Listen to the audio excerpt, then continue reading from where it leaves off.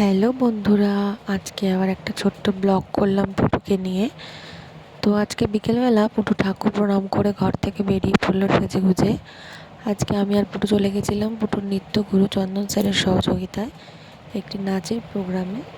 তো সেইখানে আমরা সবাই অংশগ্রহণ করেছিলাম স্যারের সহযোগিতায়।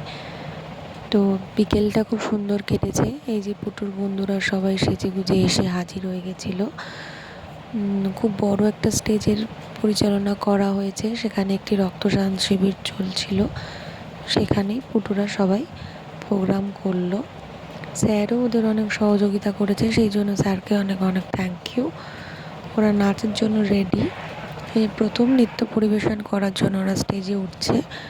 তো বন্ধুরা, এই ছোট্ট ছোট্ট ছেলে মেয়েদের তোমরা খুব আশীর্বাদ করো এবং এনকারেজ করো যেন ওরা অনেক বড় হতে পারে এবং জীবনে অনেক উন্নতি করতে পারে, নিজের ইচ্ছা পূরণ করতে পারে, নিজের পায়ে দাঁড়াতে পারে। তো এক এক করে ওরা নৃত্য প্রদর্শন করে দেখালো, সুন্দর সাংস্কৃতিক অনুষ্ঠান হয়েছিল।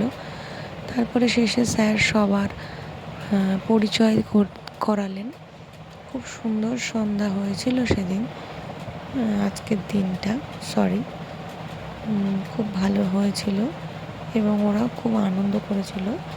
এবং সব শেষে ওখানকার কমিটির লোকেরা ওদের সবাইকে টিফিন দিল এবং তারপর শেষে ওরা নিজেরা নিজেদের মতো বাড়ি চলে গেল।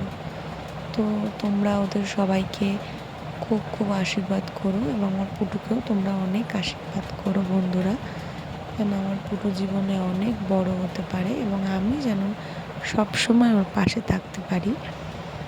তো আজকের এই ছোট্ট ব্লগটা তোমাদের কেমন লাগলো জানিও, আমার পুটুকে তোমাদের কেমন লাগলো জানিও। চলো টাটা।